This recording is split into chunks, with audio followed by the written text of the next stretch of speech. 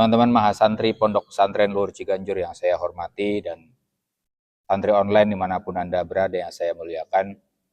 Alhamdulillah malam ini kita kembali mempelajari kitab At-Turath wa Tajdid karya Profesor Dr. Hasan Hanafi. Di pertemuan ke-57 ini kita membahas halaman 57 juga. Temanya sekitar tentang al-harakah al-islahiyah, gerakan pembaruan. Ini gerakan pembaruan sebelum Hanafi dan yang dilakukan Hanafi. Maka temanya adalah pasca pembaruan al-Afghani utamanya. Halaman 57 ya. Poin 5. Bismillahirrahmanirrahim. Qala al-muallifu rahimahullahu ta'ala wa nafa'ana bihi bi ulumihi bidaraini amin.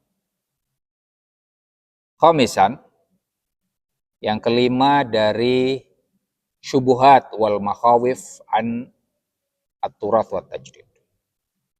La ya'ni at-turath wa tajdidu al-qiyamu biharakati islahin.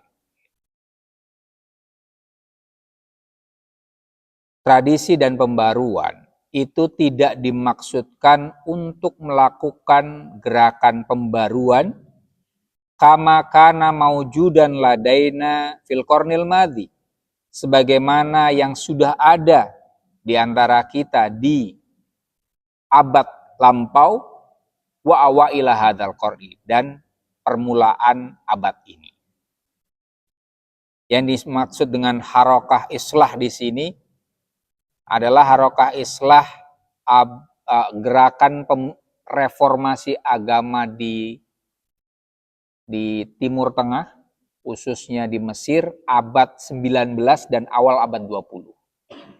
Yang digerakkan utamanya kalau di Mesir oleh Al-Afghani, Muhammad Abduh, dan Rashid Ridho. Ya.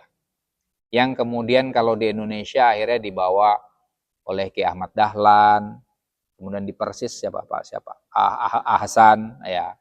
Itu harakah islahiyah. Nah, Hanafi mengatakan tradisi pembaruan ini gak sama loh dengan gerakan pembaruan yang digerakkan oleh Al-Afghani dan kawan-kawan tadi.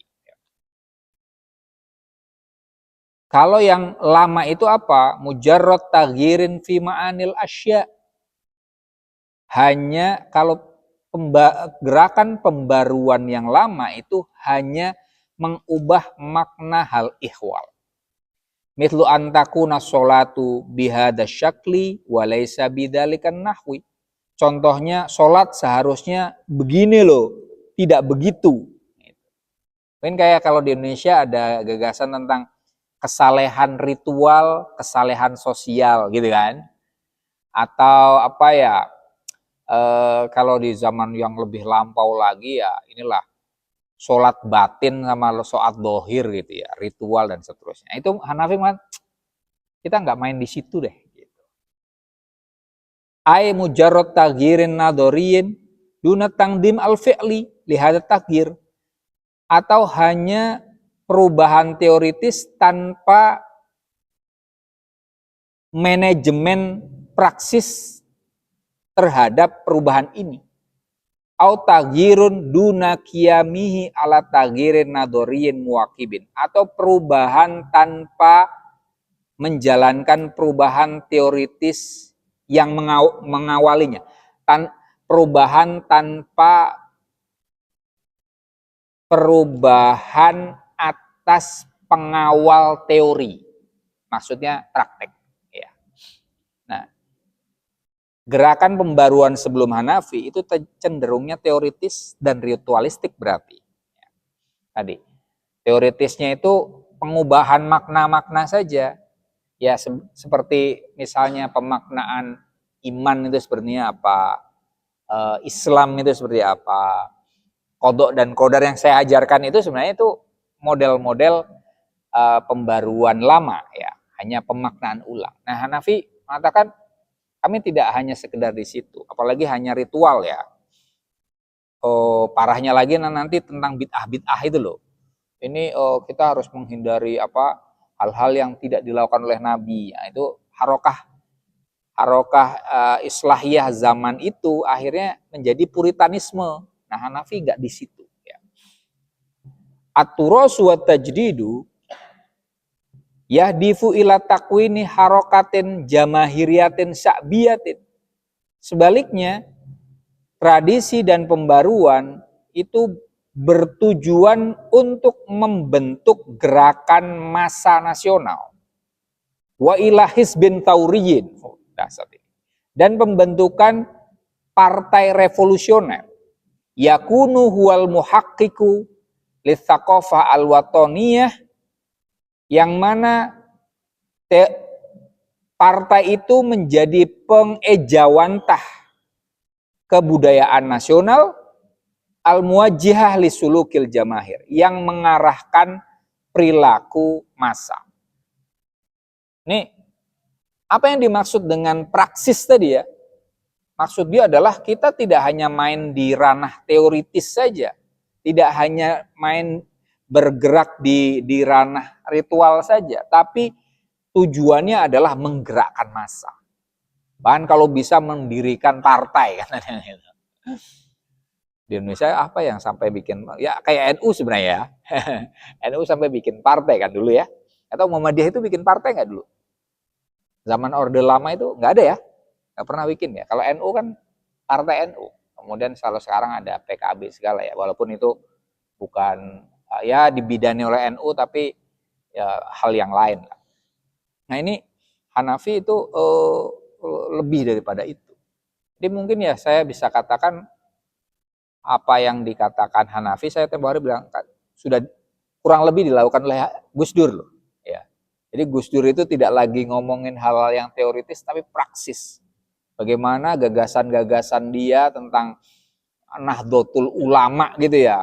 Bagaimana wacana-wacana yang kita pelajari itu bisa menginspirasi kehidupan nasional. Itu tuh diwujudkan dengan membentuk partai politik ya, macam itu.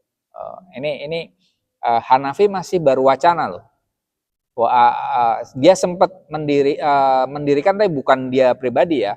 Dia gabung dengan beberapa kawannya membentuk partai Tajamu ya. Tapi kemudian Hanafi keluar dari situ. Ya mungkin kayak Gus Dur juga deh.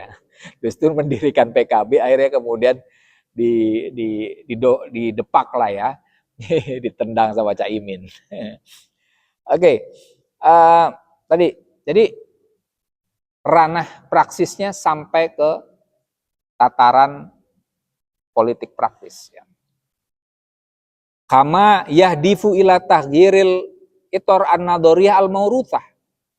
Sebagaimana tradisi dan pembaruan juga bertujuan untuk mengubah kerangka teoritis warisan tradisi. Tibqon lihajatil asri, sesuai dengan kebutuhan masa. Ini yang selama ini kita bahas. Jadi dia praksisnya sampai ke ranah politik, tapi teorinya juga disinggung juga. Yaitu apa? Mengubah kerangka teoritisnya disesuaikan dengan kekinian.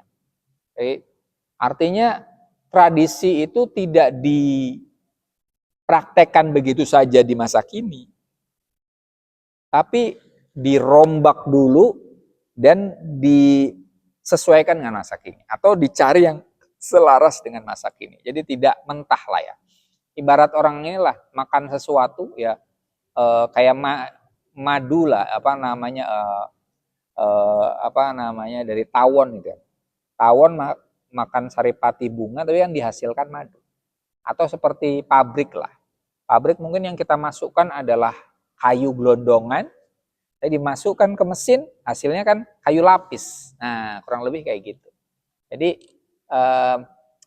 dalam gerak intelektual juga seharusnya kita semacam itu. Jangan hanya mengutip pernyataan lampau dan dipraktekkan di sekarang. Nggak cukup. Kita harus mengunyahnya, nanti menghasilkan sesuatu yang baru. Reproduksi sesuai dengan kebutuhan kekinian. Oke. Ibtidaan min ilmi usuluddin, Hanafi memulai perubahan kerangka teoritis itu dari teologi Islam, usuluddin atau ilmu tauhid ya. Kenapa? Alladzi yu'ti al-jamahir al-ususa an-nadhariyat al-amah. Yang mana teologi itu memberikan kepada massa asas-asas teoritis umum allati tuhaddidu tasawwurati halil kaun, yang mendefinisikan konsepsi mereka tentang alam semesta. Hanafi dalam hal ini menulis buku Minal Aqidah ila Thawrah, dari akidah menuju revolusi, sebanyak 5 jilid, yang masing-masing jilid itu tebalnya kurang lebih 600 halaman. Ya, 600 lebih itu. Nah, itu dia memulainya dari ilmu teologi. Kenapa? Karena tadi bagi dia teologi itu memberikan landasan teoritis bagi pandangan dunia kita. Ya, misalnya rukun iman itu kan, kalau kita kemudian sayangnya di Indonesia ini yang kita rasakan, rukun iman itu cenderungnya hafalan doang ya. Nah itu tadi, padahal itu seharusnya menjadi pegangan yang kuat ya, pandangan hidup bahwa, kenapa saya katakan itu hanya hafalan dan ada jarak antara kita dengan teologi kita ya. Contohnya misalnya, apa yang kita harusnya imani misalnya? Iman kepada Tuhan. Antumina billahi wa malaikatihi wa kutubihi wa rusulihi wal yaumil akhir wa bil qadari khairihi wa syarrihi. Ada misalnya tadi, an-nu'mina bi kutubihi wa rusulihi. Sejauh mana kita benar-benar menjalankan iman itu? Saya kok nggak yakin itu. Ya, itu tadi, makanya saya katakan ini sebenarnya teologi yang kita jalani di Indonesia itu rata-rata ya secara umum ya, nggak tahu kayak ya hatta di kalangan santri sekalipun itu ya tidak benar-benar meresap ya. Karena kalau sungguh-sungguh maka eksplorasi keilmuannya dia akan jauh lebih luas ya. Tadi siap untuk membaca kitab-kitab lain ya. Alkitab berarti dibaca, Injil dibaca, tanpa mengatakan ini ada tahrif atau tidak, belajar aja gitu. Kemudian di Islam itu kan ada apa? Bahwa Nabi itu kan minhum man qasasna alaika wa minhum malam naksus alaik, ya kan? Sebagian Nabi ada yang disebut, yang 25 taruhlah, sebagian kan tidak. Contohnya Nabi Zulkifli aja itu kan nggak jelas itu, ya kan? Diandaikan beliau adalah Siddhartha Gautama, ya, ada yang mengatakan Nabi Zulkifli, karena itu di runutannya ini kemana ini Nabi Zulkifli itu. Nah, kalau memang Nabi Zulkifli itu Siddhartha Gautama, berarti kita bisa baca bahasa Tripitaka tuh, ya kan? Kutubihi juga bagian dari itu. Nah, baik misalnya Buddhisme Mahayana, Theravada, itu kita juga perlu mempelajarinya. Kalau memang sungguh-sungguh menjalankan teologi yang tadi itu, pandangan dunianya sebenarnya kita diberi landasan yang cukup lebar loh, ya, oleh yang kita hafalkan itu. Cuman kita tidak lakukan. Ya. Nah, tinggal digerakkan lebih lanjut sebenarnya. Seperti yang tempo hari saya ajarkan tentang bagaimana cara kita memaknai kodok dan kodar. Itu juga tadi. Kalau kodok kodar yang kita artikan dengan wah, semuanya sudah ditakdirkan, kita duduknya, gaya duduknya, apapun sudah ibaratnya daun yang jatuh saja sudah ditentukan, tapi dalam pengertian yang fatalistik, ya gini-gini aja umat Islam, gitu kan. Makanya Hanafi memulai pembaruan dari teologi, karena itu bisa menentukan cara pandang kita, cara hidup kita. Oke. Wabtidaun min i'adati bina'il usul, tataghayyaru askalul furu'i bitabi'atiha. Permulaan dengan merekonstruksi pondasi-pondasi keagamaan dalam hal ini. Tataghayyaru askalul furu'i bitabi'atiha. Bentuk-bentuk cabang-cabang akan berubah secara natural. Hanafi yang disasar pertama adalah usuluddin. Usul itu apa? Pondasi toh, ya. Asas. Kalau asasnya sudah ditinjau ulang, maka cabang-cabangnya akan mengikuti. Ya. Kenapa? Karena percabangan itu mengikuti asasnya. Ya. Kayak misalnya beginilah, ibarat asas itu ya seperti sungai, ya. Kalau asasnya sumber mata airnya itu diperbaiki, maka aliran airnya selanjutnya ada kemungkinan baik, kecuali emang dikotori ya dari awal. Kalau dari awalnya udah kotor ya udah kacau semacam itu. Jadi ya kayak pohon juga. Kalau bibitnya sudah bagus, maka yang tumbuh darinya juga akan bagus. Nah, di sini usulnya adalah hal yang teoritis, dalam hal ini teologi. Furuknya apa? Perilaku. Ya. Jadi kalau teologinya fatalistik, maka perilakunya akan males-malesan, Mas. Udahlah. Apa kabeh wis ana sing ngatur misalnya gitu kan. Burung aja bisa hidup, masa kita enggak, misalnya gitu kan. Jadi nyantai-nyantai gitu. Oke sih, tapi bisa aja hidup kayak gitu. Tapi kalau semuanya satu bangsa kayak gitu ya gitu-gitu aja. Ya damai tapi ya di situ-situ aja. Ya. Hanafi tidak menginginkan itu karena itu bagi dia tidak natural. Nah, maka yang dirombak pertama adalah usulnya supaya furuknya ikut ya, berubah. Al-intiqalu mathalan minal akli ila tabi'ah. Contohnya transformasi dari akal menuju alam, natural. Filsuf-filsuf lama seperti siapa misalnya? Al-Farabi, Ibnu Sina itu bahas tentang akal ya. Misalnya Al-Farabi bilang apa? Aklun, akilun, ma'kulun. Itu sebenarnya definisi untuk Tuhan, versi filsafat. Al-Farabi. Tuhan itu akal yang berpikir dan difikirkan.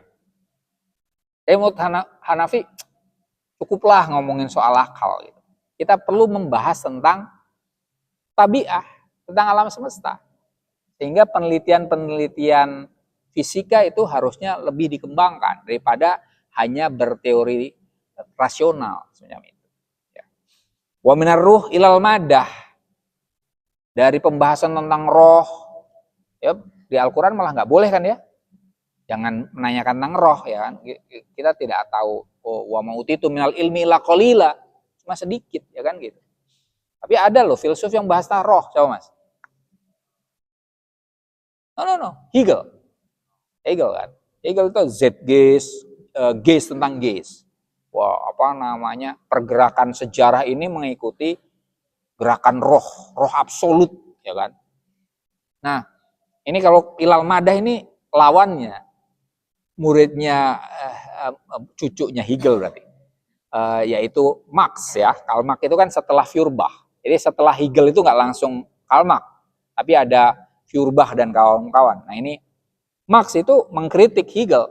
Bagi dia sudah cukup kita membahas tentang roh. Yang kita perlu bahas adalah materi, perubahan materialistik.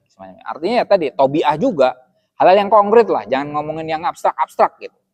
Kita ngomongin soal tadi ya Tuhan, malaikat, jin itu seperti apa. Di sini yang ngaji di sini ada jin atau tidak itu nggak penting banget itu bagi dia. Yang jelas-jelas aja yang kita bahas itu kan. Ya. Wa minallah ilal alam. Pembahasan tentang Tuhan menurut Hanafi udah cukup lah. Jadi kalau anak filsafat masih banyak bahas Tuhan itu cukup nggak usah. Yang betul dibahas itu alam semesta. Maka benar kan? Apa namanya? Ada ayat, ada pernyataan tentang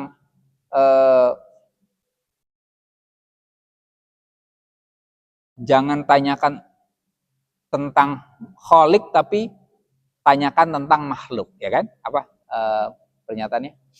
Ya, lebih baik kita membahas tentang yang ada ini, yang tercipta. Karena kalau kita membahas tentang Tuhan, ya itu ya abstrak sekali. Kecuali karena nanti Hanafi mengatakan gini, para pendahulu sudah banyak bahas soal Tuhan. Dan kenapa mereka bahas soal Tuhan? Karena banyak yang ghairu muwahhid, banyak yang belum mengenal Tuhan, banyak yang masih ya'budunal asnam, politeis, menyembah berhala zaman dulu. Sekarang coba, rata-rata kan orang sudah mempercayai Tuhan kan? Ateis itu ya minoritas lah, apalagi di Indonesia ya. Bahkan kalau kita katakan yang non muslim itu tidak menyembah Tuhan, itu juga keliru juga ya. Kayak misalnya orang Kristen, kita katakan mereka menyekutukan Tuhan, mereka juga nggak terima. Mereka menganggap dirinya monoteis. Nah itu tadi. Artinya pembahasan tentang Tuhan itu udah selesai. Yang belum itu apa? Tentang di sini apa? Ilal alam, tentang kondisi kita, tentang manusia, tentang tumbuhan, ya, tentang binatang, semacam itu dan seterusnya. Wa minan nafsi ilal badan, dari jiwa menuju badan. Intinya yang konkret lah. Ya. Mario Ponti kalau di filsafat tuh tentang badan. Wa min wihdatil aqidah ila wihdatis suluk. Nah, dari kesatuan akidah menuju kesatuan perilaku. Kenapa? Karena kita sudah mempercayai Tuhan dan mengesakannya. Apalagi nggak perlu lagi saling mengkafirkan antara umat Islam, ya. Cara pandang kita tentang Tuhan mungkin beragam, tapi sudahlah cukup. Yang paling penting adalah wahdatus suluk menurut beliau, yaitu kesatuan perilaku. Supaya apa?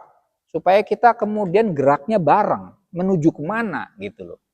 Kalau misalnya yang kita harapkan adalah pendidikan yang lebih bermutu misalnya, kita perilakunya ke situ.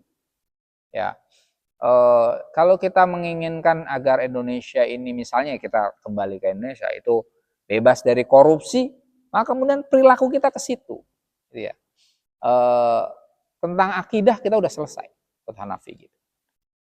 Ini transformasi yang digalakkan. Laqad kanat ma'dhamul harakatil islahiyatil qadimah harakatun salafiyatun. Mayoritas gerakan pembaruan lama itu adalah gerakan salafi. Tuhafidu alal qadim, yang menjaga hal-hal yang lama. Aktsaru mimma tabghi min tahlil waqi, ketimbang menganalisis realitas. Dia melihat gerakan pembaruan yang lama itu salafi katanya. Salafi dalam hal ini artinya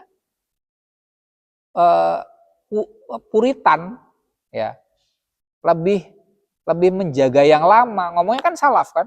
Ini ada nggak? Apakah tahlilan ini dilakukan oleh Nabi? Kan enggak, misalnya gitu. Misalnya rangkaian doa tahlilan ya Nabi nggak melakukan. Tapi kalau la ilaha illallah Nabi lakukan nggak? Baca Yasin baca nggak? Baca kulhuan semua baca, ya kan? Kalau rangkaiannya oke. Memang tidak melakukan itu Nah, tapi yang dibahas kan kayak gitu ya. Itu menurut Hanafi muhafadzah alal qadim. Oke lah soleh, tapi di situ-situ aja. Ya. Padahal yang diperlukan adalah tahlilul waqi. Kenapa? Analisis realitas itu penting. Faqad kanal waqi'u juz'an minal qadim li'annana jami'an muslimun. Karena realitas itu bagian dari masa lampau karena kita semua umat Islam. Alih-alih kita hanya membahas tentang masa lampau, hal-hal yang ya out of date lah. Lebih baik kita melihat kekinian saja, kondisi umat Islam seperti apa sih? kondisi santri seperti apa gitu. Sekarang lagi demo misalnya. Yang di demo seperti apaan gitu. Tadi saya nanyain ke Mas Faik. Mas Faik habis demo gak relevan gitu. Terus saya, bagus. Ya, intinya yang ingin saya katakan apa namanya, kita membahas realitas itu membahas masa lampau loh. Ya, nih beberapa kawan kita ketika merespon video Trans 7 itu kan membela kondisi kepesantrenan dengan argumen-argumen taklimu ta'lim Zarnuji. Nah, ya kan? Ini ngikuti taklimu ta'lim. Kalau mau paham tentang dunia pesantren, bacalah taklimu ta'lim. Itu. Jangan ngomong kalau nggak paham, kan gitu kan? Iya. Oke. Tadi saya katakan, saya tidak akan membenarkan mengalahkan semua, menyalahkan manapun ini. I suspend my judgment. Saya menunda putusan saya. Tapi intinya yang ingin saya katakan mengarah ke teks ini adalah bahwa realitas kita itu sebenarnya realitas masa lampau. Gitu loh.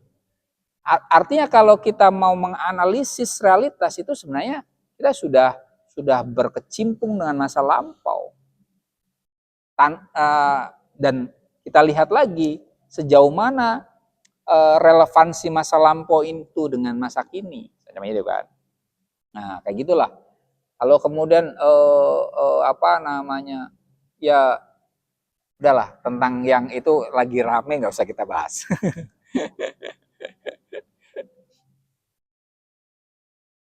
Kanatil harokatul islahiyatul qadimah difa'an anil qadim.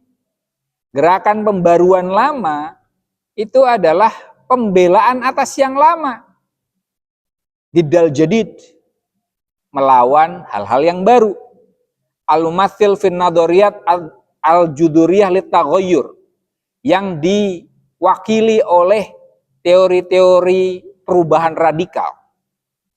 Sawaun fil fikri, baik di dalam pemikiran, mitlu at-tayarat al-ilmiyah wal madiyah, seperti aliran-aliran ilmiah dan materialistik, au fil waqi, atau teori-teori perubahan radikal di realitas, mitlu an-nidham al-istiraqiyah, seperti sistem sosialis, wattihamuha bil ilhadi wasyu, dan menuduh mereka tadi ya tentang teori-teori bil ilhadi wasyu, dengan ateis atau komunis.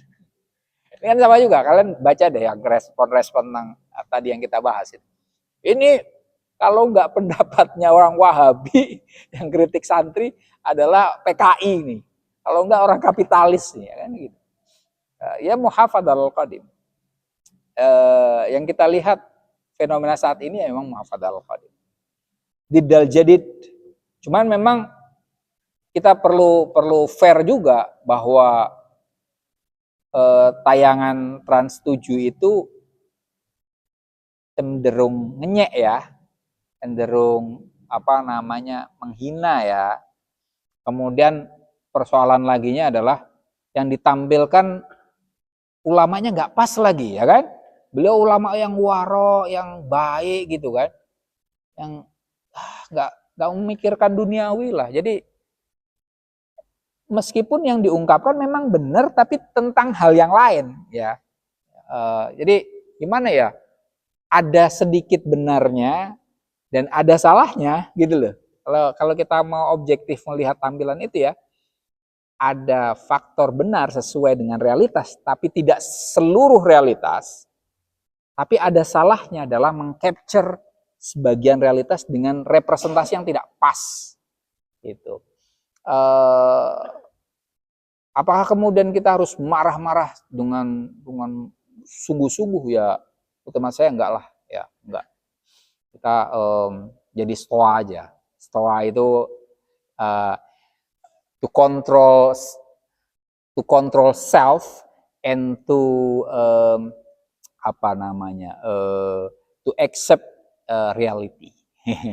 Realitasnya ngono, ya emang ngono. kemudian kita mengontrol diri kita, udahlah nggak usah ngamuk-ngamuk. Kemudian lebih lanjut introspeksi diri.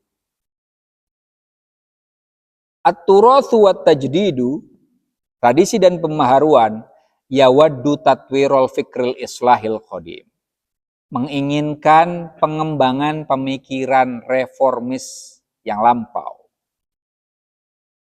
Wa dafa'ahu hutwatan ukhra wal islah, dan mendorongnya satu langkah lebih lanjut menuju perbaikan.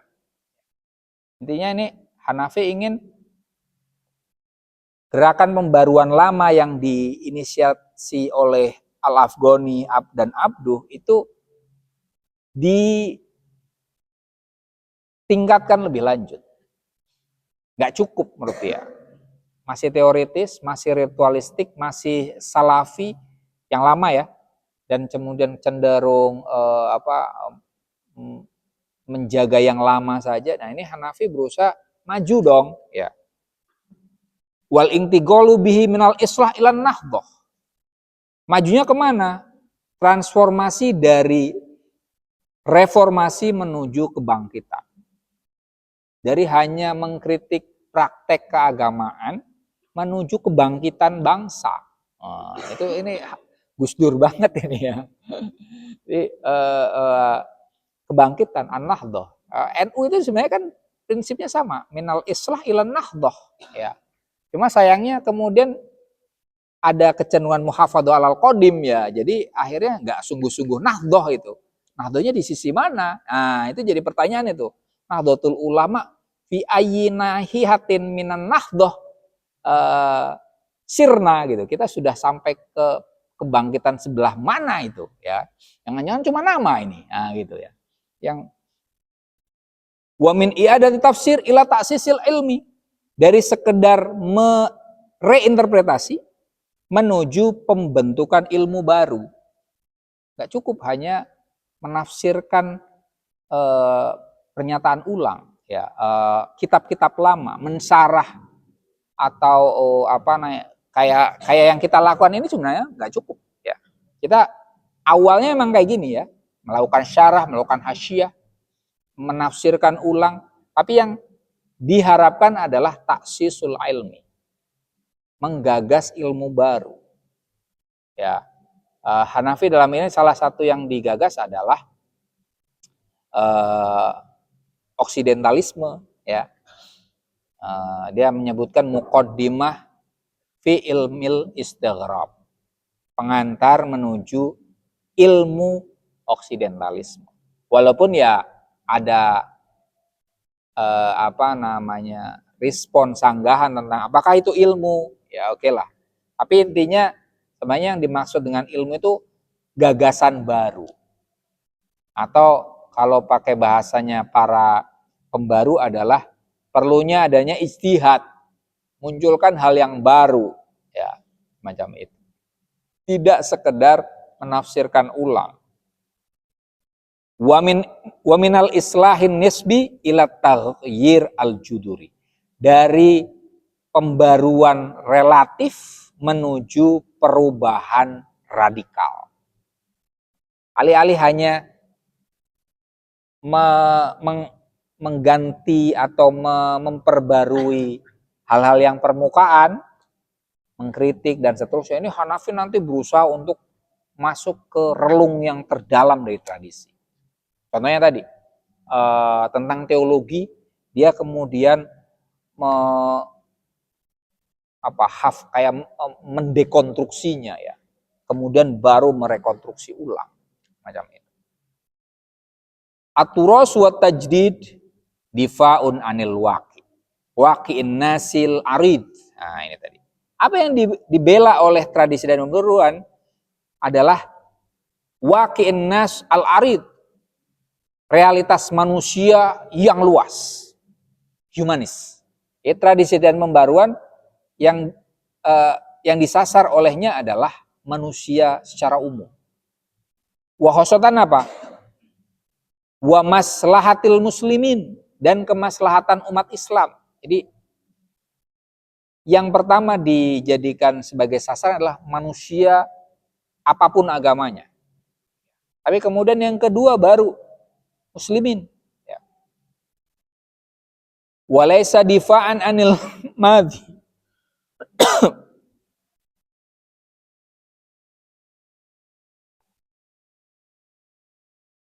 Tradisi pembaruan Hanafi itu bukan pembelaan atas masa lampau.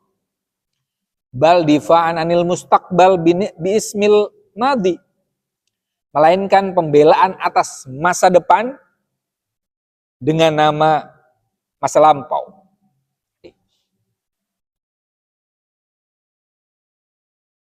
Tahyiatan walaisa tahyiatal aisilil khalfi biismis salaf. Dan bukan pula persiapan hidup ke belakang dengan nama pendahulu. Nah, ini apa perbedaan pembaruan dan tradisi versi Hanafi dibandingkan dengan gerakan pembaruan sebelumnya? Itu Hanafi utamanya, fokus utamanya adalah manusia secara umum. Ukhuwah basyariyah duluan. Baru ukhuwah Islamiyah, ya. Nah, selanjutnya baru ukhuwah Nahdiyah katanya, ya kan? Kalau di NU gitu kan. Sebenarnya ada yang lebih tinggi lagi tuh, atasnya lagi tuh. Ukhuwah alamiyah atau makhlukiyah, ya. Bersahabat dengan semua makhluk hidup, ya, bahkan bukan hanya makhluk hidup, dengan alam semesta. Maka kemudian ekologi, ya, fisiologi, ya, akhirnya muncul teologi yang cenderung memperhatikan lingkungan itu muncul. Nah, kita selama ini baru sampainya tadi kan ukhuwah basyariyah, ukhuwah watoniyah, baru ukhuwah nahdiyah. Nah, ada satu yang tertinggal. Nah, ini Hanafi dalam hal memperhatikan Anas al-Arid, oke lah. Itu ukhuwah ukhuwah basyariyah. Kemudian baru maslahah al-muslimin. Nah, perbedaan yang kedua adalah yang dibela itu bukan masa lalu, tapi masa depan.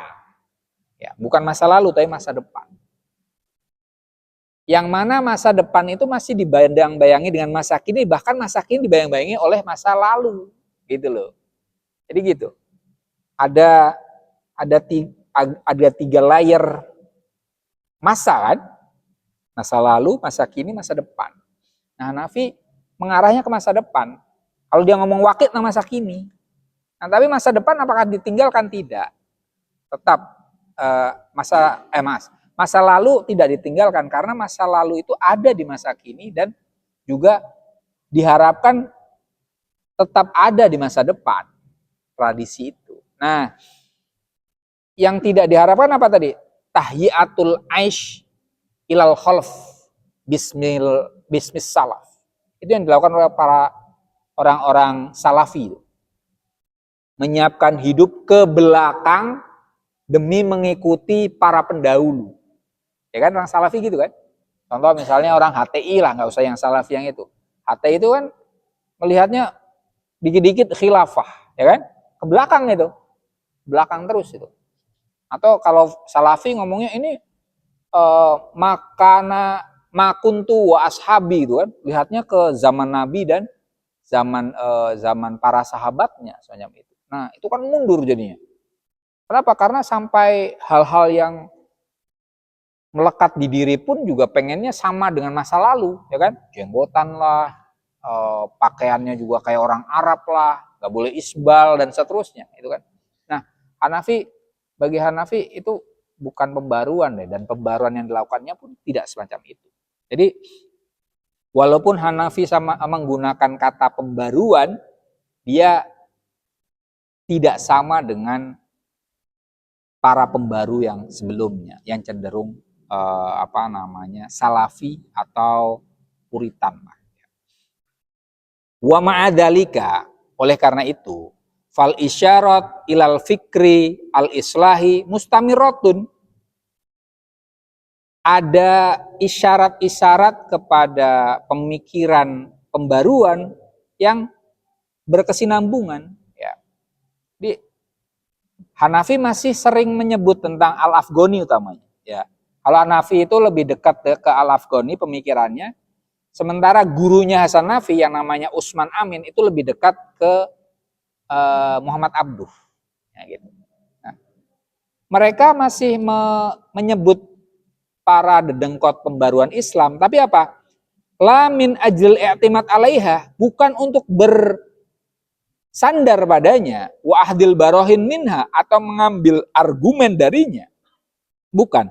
Bal litatwiriha, melainkan untuk mengembangkannya, wa tibariha, dan menganggapnya akhir ma wasala ilaihil muasirun min tajdid, sebagai akhir yang sebagai pembaruan akhir yang diterima oleh orang-orang masa kini. Jadi Hanafi masih merefer kepada tokoh-tokoh pembaru lama semata-mata karena ingin mengembangkan lebih lanjut gagasan mereka yang menurut dia ini masih berorientasi ke masa lalu deh, masih salafi deh, masih melupakan masa kini dan masa depan deh. Nah, dia berusaha untuk mengembangkan lebih lanjut. Inna turasa wat tajdida wal warithu li harakatil islahid dini al hadithah. Sungguhnya tradisi dan pembaruannya Hasan Nafi adalah pewaris gerakan pembaruan agama modern. Allati bada'at mundu aktsari min qarnin minaz zaman, yang bermula sejak 1 abad yang lalu, lebih dari 1 abad yang lalu. Ya, tadi Hanafi mengatakan kami ini kelanjutan dari pembaruan yang lama yang dibawa Afghani. Wahiyal amaliyatul lati tasubbu fiha kulla muhawalati taghyiril juduril qadim. Tradisi dan pembaruannya Hanafi adalah upaya yang menuangkan ke dalamnya semua upaya untuk mengubah tradisi lama secara radikal. Jadi semua upaya untuk mengubah tradisi secara radikal itu disatukan oleh Hanafi. Imma ala mustawal fikri, baik di tingkatan pemikiran, au mustawal waqi, atau di tingkatan realitas. Wahiyallati tadhummu fi batiniha kulla muhawalatil fahmi al juz'iyah.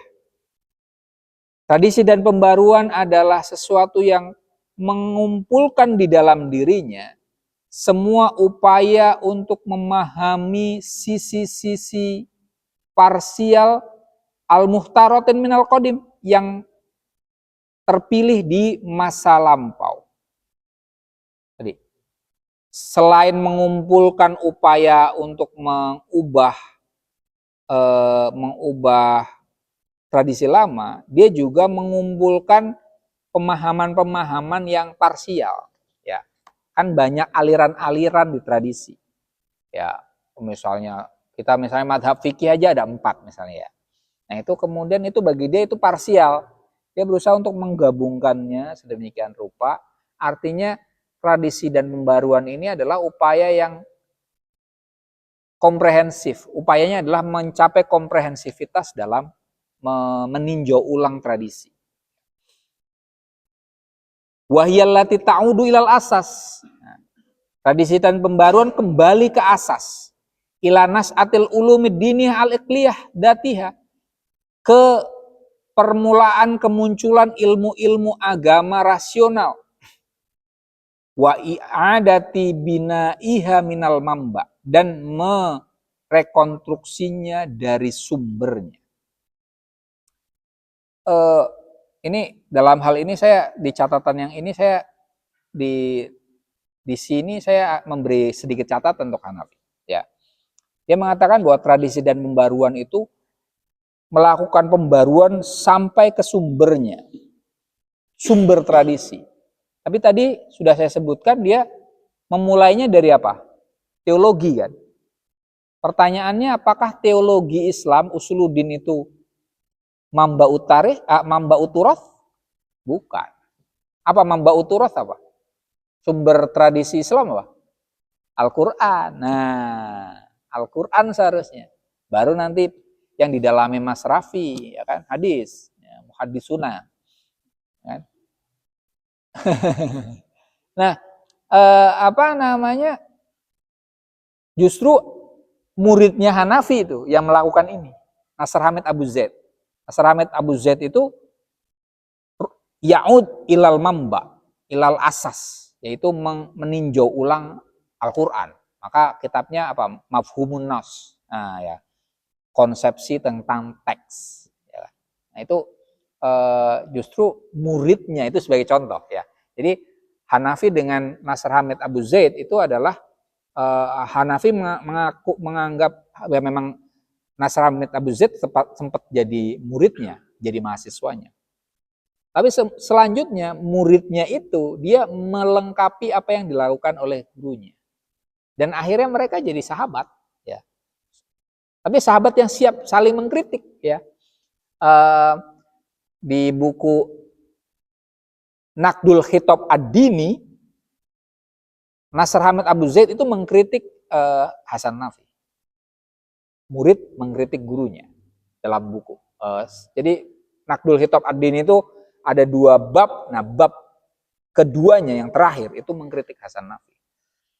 Gurunya Hasan Nafi kemudian merespon kritikan muridnya di beberapa artikel jurnal yang kemudian dikumpulkan di buku Hanafi yang berjudul Hiwarul Ajyal, dialog antar generasi. Nah, tapi yang ingin saya katakan di sini selain tadi ya relasi guru dan murid yang menarik adalah relasi kritik membangun ya. Itu dalam hal ini justru Nasr Hamid Abu Zaid itu melakukan apa yang dilakukan oleh Hanafi, yaitu ya'ud ilal mamba ya. I'adatul bina minal mamba. Dia memulai upaya untuk meninjau ulang tradisi itu dari sumbernya, dari Al-Quran. Ya. Oke. Mana tadi?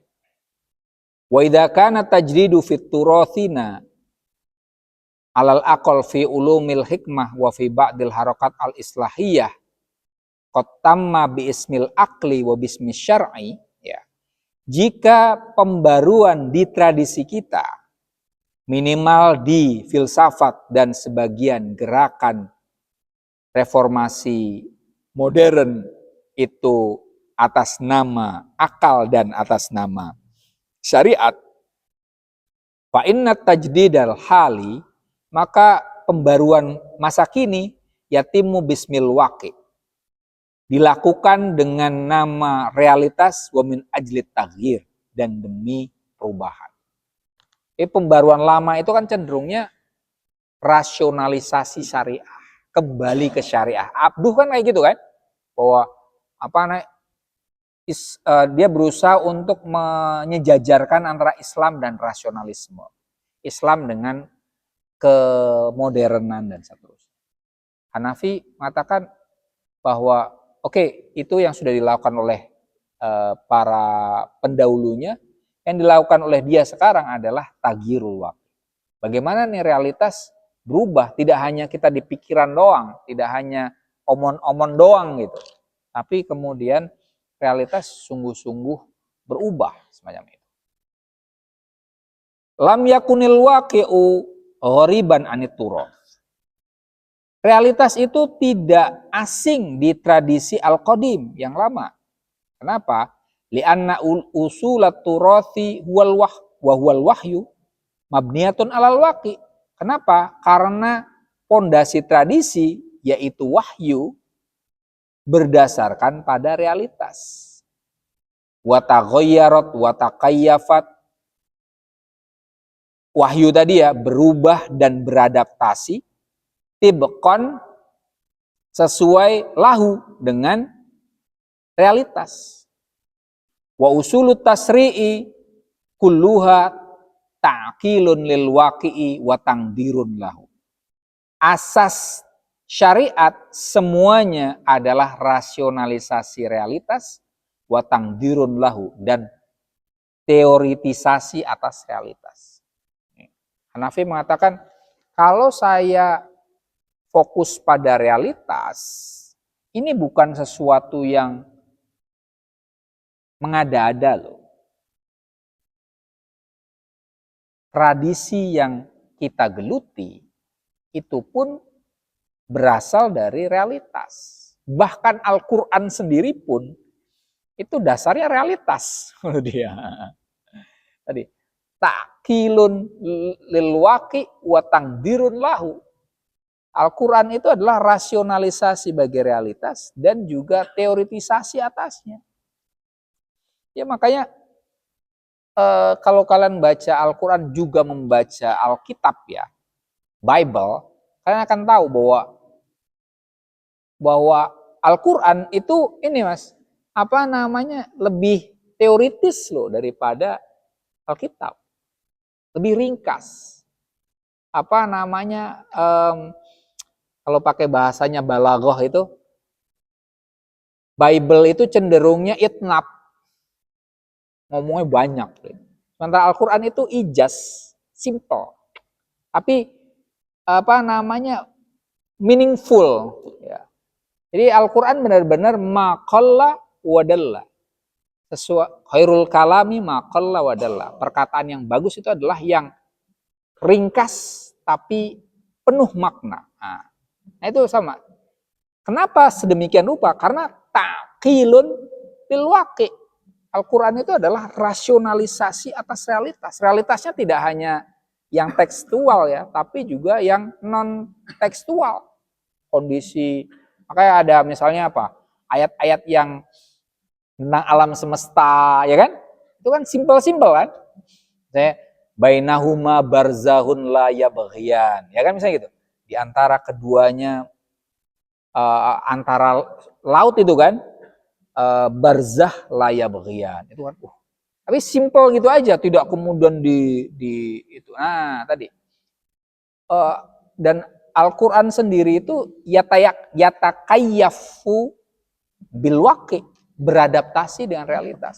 Contohnya yang tempo hari saya contohkan ke kalian, kesampaikan kalian tentang Homer kan, awalnya itu masih dibolehkan, tapi dikatakan bahwa mudorotnya lebih banyak deh daripada manfaatnya.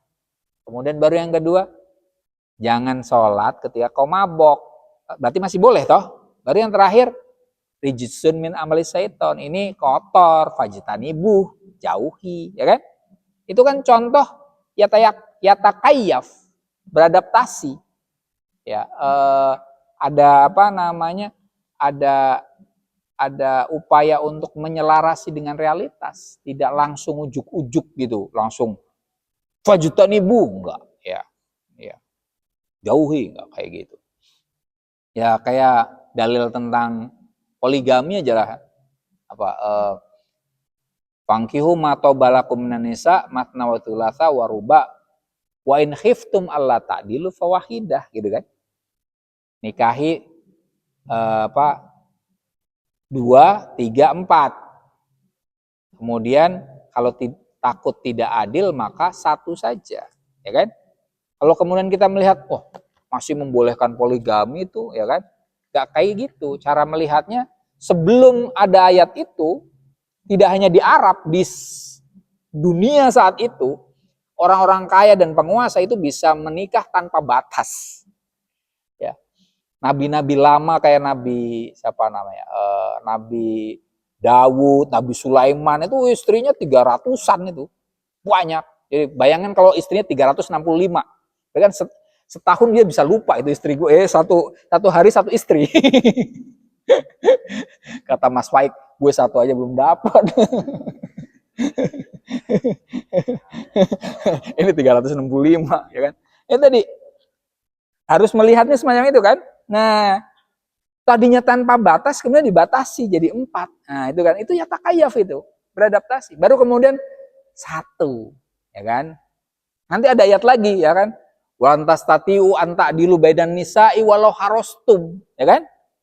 Kalian nggak mungkin bisa berlaku adil di antara perempuan walaupun kalian berusaha keras. Artinya berarti apa? Risalah aslinya apa? Poligami atau monogami? Monogami. Tapi kan bertaraf itu. Jadi kalau sekarang mau lu fankihu lu, nah, itu kan ini berarti orang masih masa lampau ini kan, yang pengen poligami tadi kan. Tapi enak sepertinya. asal siap berantem aja itu. Oke, jangan ngomong gitu, ada Mas Faik. Oh iya benar. Walakin al-waqi al-qadim. Nah, akan tetapi realitas lama, maksudnya realitas zaman Nabi, tahotothu asyariah, telah didatangi oleh syariat. Maksudnya realitas lama zaman Nabi itu bergumul secara intensif dan langsung dengan wahyu. Maksudnya gitu. Watajawazahut tasyri'u ila waqi'in aktsara taqadduman. Dan syariat itu melampaui realitas dengan realitas yang jauh lebih maju. Ya, apa namanya? Yang saya yang dikatakan oleh Cak Nur itu loh, bahwa Islam itu hadir too modern, ya kan? Wahyu seperti yang saya katakan tadi, tadinya pernikahan itu tanpa batas, tapi kemudian dibatasi 4 dibatasi 1. Itu tuh aktsar takoduman, ya kan?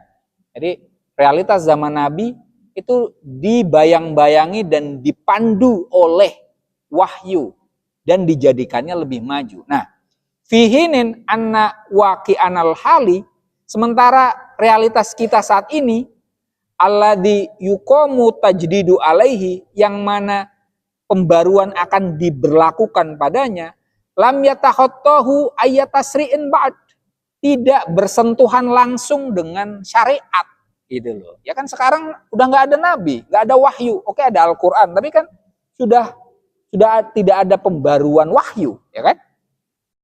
Wa tadillu kullu tasyri'ati aqalla mimma yahtajuhu, dan semua syariat itu keberadaannya lebih sedikit daripada yang dibutuhkan. Maksudnya apa? Wa yadillu huwa mutatoliban di aktari mimma tu'tihi tasyri'at, dan realitas membutuhkan sesuatu yang lebih banyak dari yang diberikan oleh syariat. Jadi kalau zaman Nabi realitas itu didampingi oleh syariat, oleh wahyu. Zaman sekarang wahyu Al-Qur'an ada, tapi kan tidak ada wahyu baru lagi. Artinya realitas itu tidak dipandu secara intensif dan langsung oleh wahyu. Padahal kebutuhannya lebih banyak. Dan yang diungkapkan oleh wahyu itu hanya global-global saja. Contohnya Homer yang tadi saya sebut, ya kan? Di Al-Qur'an yang dibicarakan Homer. Homer itu kan sederhananya apa? Minuman keras yang memabukkan. Sekarang ada narkoba, ya kan? Ada ganja taruhlah, ada sabu-sabu, ada kokain dan kawan-kawannya. Zaman Nabi nggak ada nih. Nah kalau kemudian orang, ini nggak ada nih, nah gitu. Cara menghukumnya seperti apa? Itu makanya kemudian kita ada kias kan kalau di fikih kan. Oh ini karena apa? Wajhu sibihnya karena iskar, misalnya gitu kan. Ini usulnya adalah homer. Kemudian nanti banjo itu marijuana, apa namanya, ganja. Banjo itu yuskir edon, yaitu wajhu sibihnya adalah iskar, maka huwa haram kan gitu kan. Nah itu tadi artinya memang perlu adanya tajdid, itu dikatakan perlu karena itu. Wa tajdidu idzan, pembaruan dengan demikian, tatwirun lil waqi' asasan, pengembangan untuk realitas pada dasarnya. Jadi kan karena realitas itu selalu baru dan ketentuan itu hanya global-global saja dan perlu adanya upaya untuk membimbing realitas, maka sebenarnya pembaruan itu adalah pengembangan realitas agar juga punya pedoman. Wa huwa dzatuhu tatwirunil waqi'. Nah, pembaruan juga adalah pengembangan bagi syariat. Jadi tadi kan ketika kita katakan bahwa ganja, kemudian apa namanya, kokain dan seterusnya itu adalah haram, itu kan berarti tatwirun lil waqi, ya. Tatwirun lit tasyri', pengembangan atas syariat, karena di Al-Qur'an tidak disebut semacam sebagai contoh gitu. Wa huwa aidon nadhariyatun fil akli. Tradisi dan pembaruan adalah teori tentang akal. Li'annahu yuhallilul waqi'a asasan. Karena pembaruan itu pada dasarnya menganalisis realitas. Ini juga tetap tidak meninggalkan akal loh, maksudnya begitu. Hiya ru'yah al-mubasyirah lil waqi. Ini gerak pembaruan Hanafi ini. Pembaruan itu pertama adalah meninjau langsung realitas. Ini berarti pakai apa? Pakai indera, toh? Oke. Kemudian yang kedua apa? Allati tudriku bil wujdan, yang dicerap dengan intuisi, ya. Mencerap cerapan indera dengan intuisi, ya. Jadi awalnya pakai indera. Ini kayak metode penelitian itu. Awalnya perhatikan hal ihwa. Lantas mencerap makna, ya. Mencerap makna dari cerapan indera dengan intuisi. Intuisi itu kan tanpa teori tapi kita bisa, oh gitu ya. AHR Leibniz lah kalau bahasa Jermannya. Kita mendapatkan pengertian yang gitu ya. Kemudian yang ketiga, tasdikul akli lihadatsil wujdan, menjustifikasi pernyataan intuisi dengan akal, ya. Menjustifikasi cerapan intuisi dengan akal. Yang ketiga akal, ya. Bagu terakhir, karena ini pembaruannya tentang agama, ya, maka tasdiqus syar'i ala itsnaini ma'an. Menjustifikasi intuisi dan akal dengan syariat, gitu ya. 4.